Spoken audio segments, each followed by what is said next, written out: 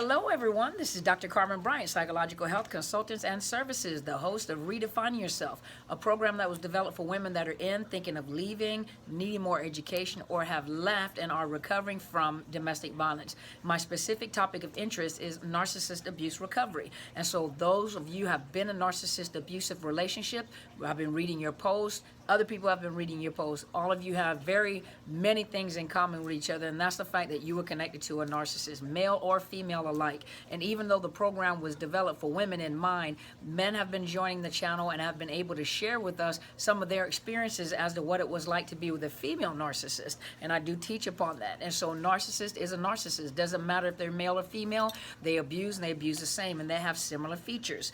And so I wanted to come on, and before I start, let me say, if you have not already, please subscribe to my YouTube channel. It is Dr. Carmen Bryant, Overcoming Narcissist Abuse. And I also have a Facebook channel, Facebook page, my professional Facebook page, which is Psychological Health Consultants and Services.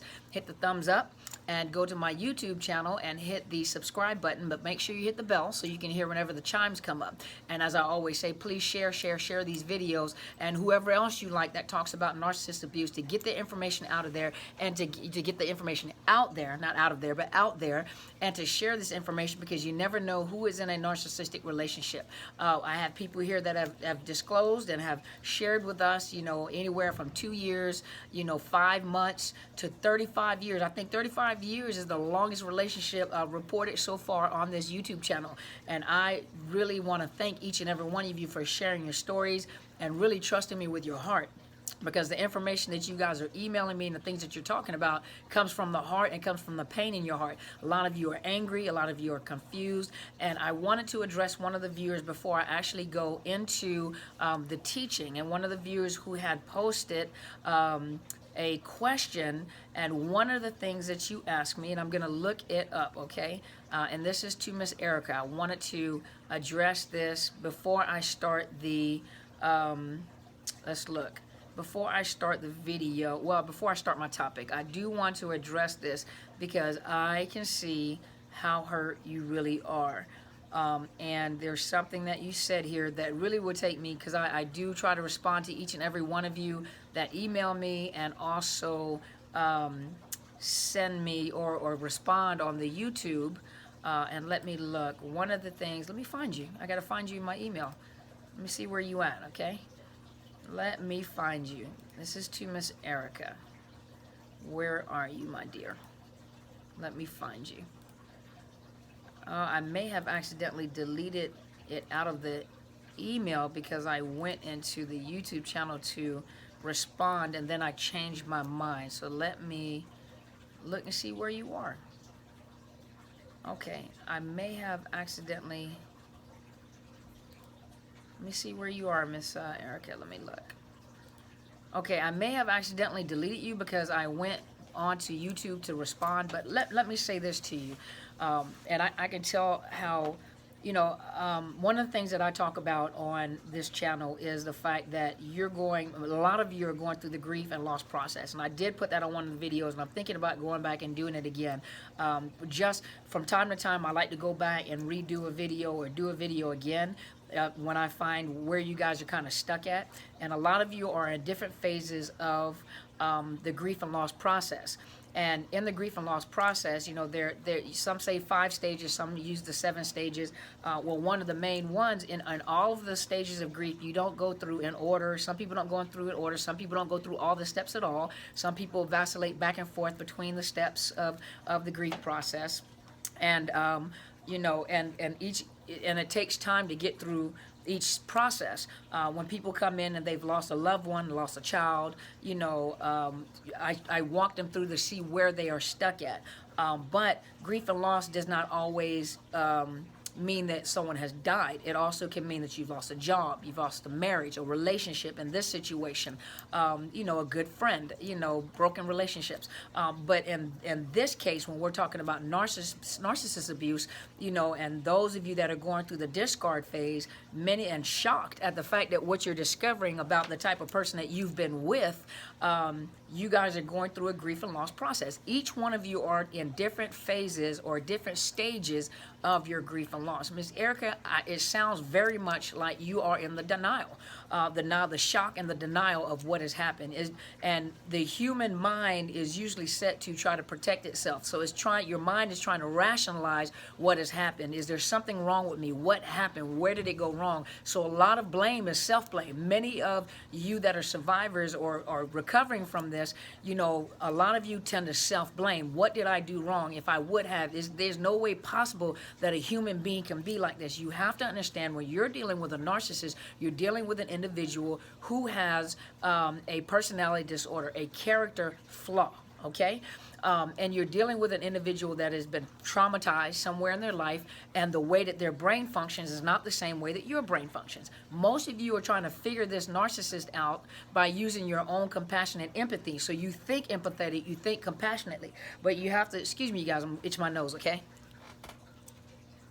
But most of you guys are thinking compassionately and empathetically when you're thinking about how this person thinks and operates. You're thinking the way that you think, how the average person thinks. But you can't, that's just like an individual that may have autism, an individual that may have schizophrenia. If you've never been through it yourself personally, then how do you understand schizophrenia or bipolar or psychotic breaks or anything like that? You've never experienced it before, so you don't understand what it's like to be a narcissist. A narcissist knows what it's like to be a narcissist once they discover that they're a narcissist, which may take some time because they may never discover that they are a narcissist as they grow into their narcissism. But you're still trying to figure them out based on the way that you think. They don't think the same way you do. They don't bond. They don't have compassion for people. They can be with people for many years, but that means that you were a good supply. They have probably found supply elsewhere, meaning intellectual, financial. They always look for supply. And you have to remember that each individual narcissist is an individual person themselves. They are individual people. Not all narcissists, sometimes when they age, or not all narcissists do have additional sexual supply. So some narcissists don't cheat. Some narcissists are not pedophiles. They don't have sex with their children, or have sex with children. Some of them are not pedophiles. Some of them are not physically abusive, but they are psychologically abusive. So they will psychologically and emotionally damage you. They are full of chaos. They're never satisfied. So you may go through emotional abuse. I've heard many people say, "I'd much rather you slap me than to emotionally abuse me," because the emotional pain and the psychological pain can take longer than a bruise to heal. Now, I'm not saying that I condone this. I don't want anybody going out and getting hit. Hit me before you abuse me psychologically. That's not what I'm saying. What I'm saying is a bruise will clear up quicker than psychological pain. You carry psychological pain for a long period of time. And so the question that you ask is, so you mean to tell me that this is what we have to expect, that all narcissists are domestic violence and chaotic and abuse their children and damage the home? And so it's a yes and no question. So not all of them are pedophiles or will molest the children, and not all of them will physically assault you, or not all of them will commit adultery, but they will psychologically abuse you. They will emotionally abuse you. That is what they do. That's all they know how to do to get their supply. So you will come out of that relationship completely devastated, Many people have committed suicide. And there are people that are in law enforcement. There are people that have committed suicide or have killed their spouses.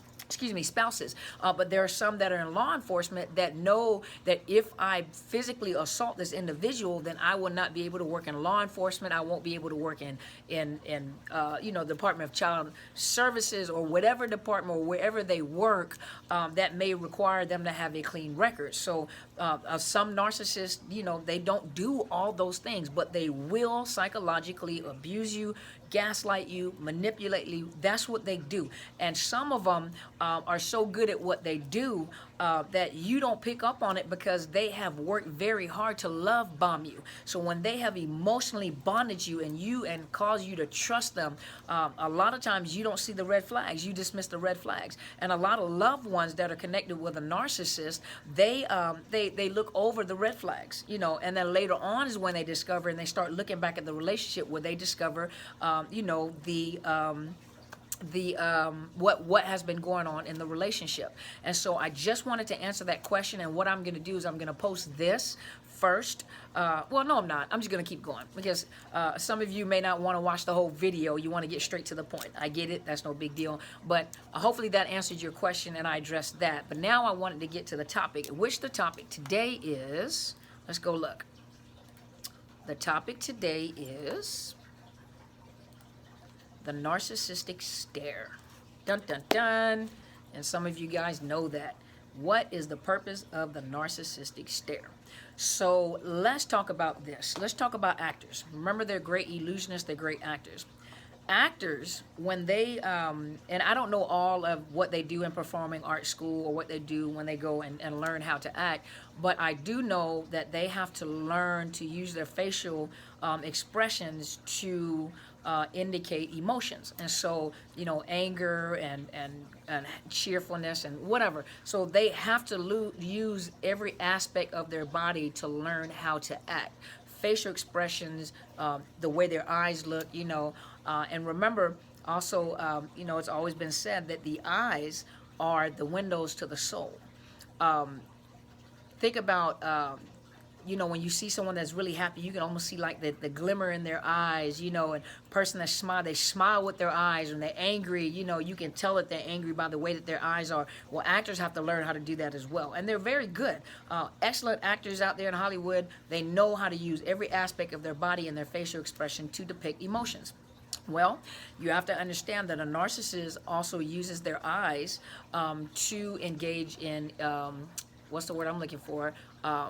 Mental abuse tactics. They learn how to use their eyes to, let me see. Let me look first. Let me look before I go through it, so I don't jump ahead of myself, okay? The word I'm looking for is they use their eyes as weapons. They use their eyes as weapons. They understand everything about body language. You know, when they begin looking for supply, you know, a lot of times they throw out little bait to see whether you will bite the bait. You know, it's the way that they look at you, you know, the seductive look, the way women may look at a man, that very seductive look to cause that man to cause interest, or staring seductively at a man, or staring seductively at a woman. Is inviting. You know, your eyes are saying, you know, come talk to me. Your eyes are saying, I want you. You know, so they know how to use their eyes. You know, her eyes are so beautiful, or his eyes, you know, were so sexy, you know, and I couldn't just help but their eyes, you know, those big baby blue eyes, or those big green eyes, or those big brown eyes, you know, is the eyes. They know how to use those eyes. And so that is that seductive stare. And so I went, and so I'm just giving you an example, but I went to a few sites, and one of them I was reading over, which I just wanted to comment on it. It was a blog that someone was talking about psychopathy. It's in their eyes. And this is by Adeline Birch. And this is Psychopath in Love. But one of the things that she happened to be talking about, which made sense, was the reptile eyes, the reptilian eyes, the reptile eyes. Look at the snake. The snake looks scary just by their eyes. You know, you look at a snake's eyes, the eyes look almost evil. They just look scary. Look at an alligator's eyes. They look slit eyes, you know. A lot of times predators use their eyes to stare and to lock in. It's a predatory stare.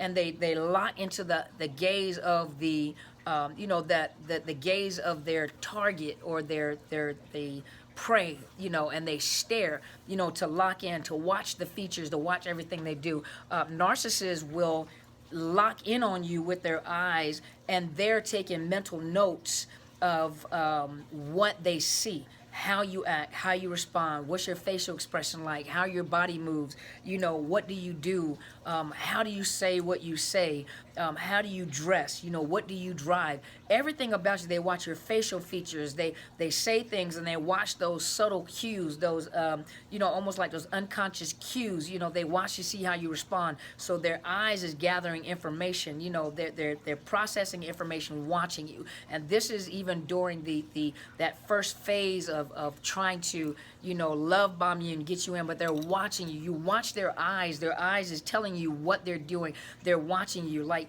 or when they're trying to size up their, I've seen people do this before. When they're trying to size up their prey, you can see them almost squint, like, let me focus on you. You can see them squint. They'll kind of squint at you like, let me focus on you. Or if they've done something, or throw a bait out there to see if you would bite the bait. Or some of you that have been discarded and you're learning no contact, and you run into them but you have no emotions for them whatsoever, and they may throw out something to see if you bite, and their eyes will tell on themselves, because they kind of look like, wait a minute, that didn't work. You know what they're doing because you can read their eyes. You can read their facial expressions. Well, they do the same thing to you. So another one, let's see. So now let me go. So now that we've said that part, so let me go to this.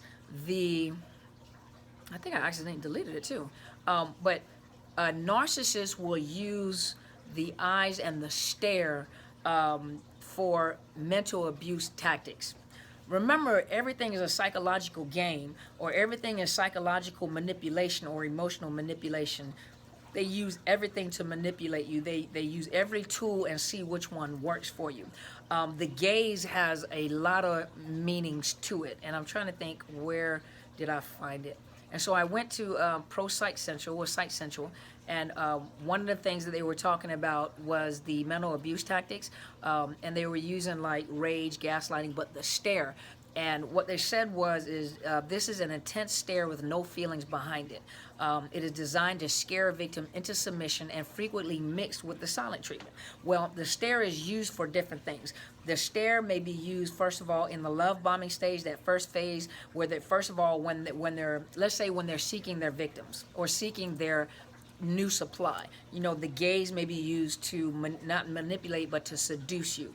That sexy look, that seductive look to try to get you over there. Then the next one is when you're in the love bombing stage, when they're valuing, they're idolizing you, and they're staring at you like everything that you say is, I think I heard someone say is, pink unicorns and fluffy clouds and beautiful rainbows. They're giving you that stare like there's nothing else in this world that is more important than you.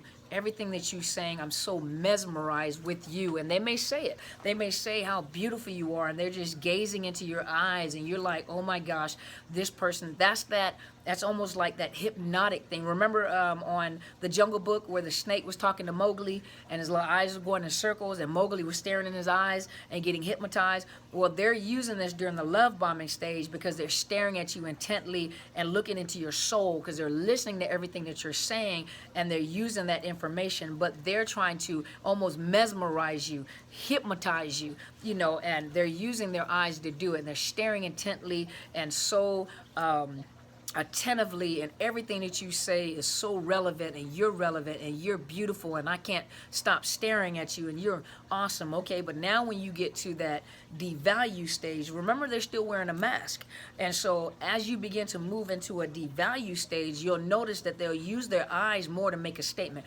Remember some of you guys that your mom used the look. Remember the look? I use the look, and the look is like, if you don't sit your tail down somewhere, sit your tail down, or you better not say anything. But it's that mama look. It's like you better, and your eyes are saying all that, and you're doing that when you're talking to them. When you get out in public, you can't say all that, but your eyes are saying anything. You don't sit your tail down. You don't hush before I walk. Boy, you better, so it's the eyes and the language has been connected. Well, narcissists will do that too. They'll look at you like, so who you think you're talking to? Or they may not say it, they've said it, use their eyes, and they get in public and they're looking at you, and they begin to, or you're talking is almost like a devalue look. Like there's, like everything that you're saying, they're looking at you like you're stupid. Like they even give you the mouth, but they may not even give you a facial expression. They kind of just look at you like, and there's nothing there. There's a blank stare. There's nothing there for you to read. Now, what that'll do is it cause you like, what's wrong? And they may test you like, I didn't say anything. It's that look. I'm just looking at you. So now they're gaslighting. You're picking up on it, but now they're going to gaslight you. I'm just looking at you. I can't look at you. But why are you looking like that? What am I looking like? Tell me what I'm looking like. So think about it. Now they're gaslighting you. That's all they wanted to do, to disrupt you. But the look is like, okay, so why are you looking? Why are you looking upset? Why are you looking like that? Why are you giving me that look? Or what's wrong? Or what did I do? Or did I say something? Then later on, as they move more into like a rage, but you can almost look into their soul, and it's like there's nothing there. It's like a blank look where there's no emotions, there's nothing, and they're just staring at you because they want to make you uncomfortable. They want to make you antsy. They know that you're not going to look at them. You can almost, like, you look at them and then you ignore them, roll your eyes and turn your head. You can almost feel them staring at you to make you look back, and they're still staring at you because they know what you're going to do. And they're staring at you. It's that intense. It's almost like an evil stare. There's nothing there. It's almost like a film over their eyes, or they're just staring at you. There's no emotions. There's nothing. They're blank and they're void of all emotion, and they're just staring at you. Some people have actually said it's like something evil was looking out of their eyes. It wasn't that individual. It was just they were staring at me, and it was just so evil and uncomfortable. But they know what they're doing when they're staring at you. There's no emotion there. There's nothing. And the whole thing is to make sure they keep you, they get you back in line, and they control you. When some of them may not fly into a rage in public, but they will use their eyes as weapon to get you back in control. They can look through the crowds, or if you're doing something, or you may be publicly speaking, and they walk into a door and they stand at the door, and you may be on a public forum or whatever, and you're having a great time, you're laughing and joking, you're enjoying yourself, and then you look over at the door and they're just staring. They have no look, they have a blank stare, but they're just staring at you. But you can almost feel it. Just makes you uncomfortable. You start fumbling over stuff, but they know, and they do that very often, so that whenever they get around you, they give you the stare, you just become nervous. It's like you're off kilter, don't know what to do with yourself. So they use the stare as a weapon.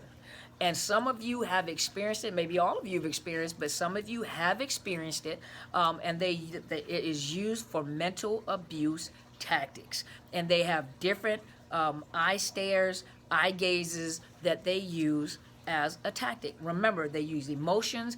They're even very meticulous as how they word what they say.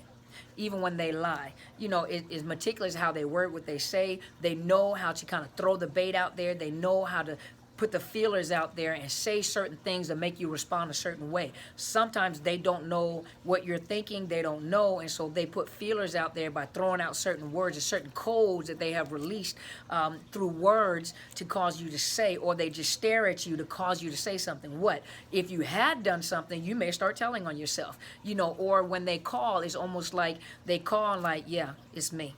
And then they don't say anything. They're just quiet. So what most people feel uncomfortable is that they feel they just need to talk because there's dead air, there's quiet. So you don't like the quiet, dead air. So you just start talking, talking. And a lot of times you're telling yourself, but they use that as a tactic. Yeah, it's me. And then they just listen. And then you just talking. So now if you get quiet with them, why you ain't saying anything? Fool, because you're not saying anything. But I hope you guys don't say that because of the fact that you may get into a narcissistic, not injury, but, well, that is an injury, that you'll get into a full blown out fight with this individual. And so I'm not telling you guys to say that, but I know that's what some of you guys were thinking, but they use everything as a weapon. Okay, everything as a weapon. The eyes, think about it, the eyes, the windows to the soul, they use it. And if you watch them, you can almost tell what they're doing and thinking when they're manipulating and punishing you. A lot of that, like I said, will follow also with the silent treatment. You're talking to them, and when they really when they've discarded you, and let's say that they have another supply, but they're hoovering to see where you are, and you may talk to them as if you don't even know this person anymore, but you're talking to them and you're emotional and you're talking, but they almost give you that devalued look, like, I don't even know you, and they're looking at you like they devalue with their eyes. It's like, I don't even know you. Why are you talking to me? And like they'll even put the facial expressions to go with it. It's almost like you stink look, the stink eye. And so, like I said, the eyes are used as weapons is used as a weapon in mental abuse. They use, it's all a part of psychological abuse, emotional abuse. They use everything that they can, eyes, body language, words, everything. And we're going to talk about words too, and how powerful words are, because there are codes in words. And a lot of you get triggered by words because they're codes. When you send out words, when you speak words, it's almost like they engraft. When they say horrible things to you, it really attaches to your soul, like your heart. And so what happens a lot of times, people that leave narcissistic relationship are suffering from post-traumatic stress or complex post-traumatic stress. And what happens is you may be triggered at how someone says something. And they are not the individual that abused you, but you're triggered at how someone says something. Or when someone says, yeah, it's me. Or what? Or what are you saying? Or hey, I need to, so certain words or certain phrases will trigger you because those words are coded with an emotion, with an abuse. But we're going to talk about that. We're going to talk about that too, how words can be used as codes to trigger you, to antagonize you. They're codes. They're codes. And we're going to talk about that. Okay, let me put that down on my to-do list because we're going to talk about words as codes. Okay, words are codes. Okay, form of communication, y'all.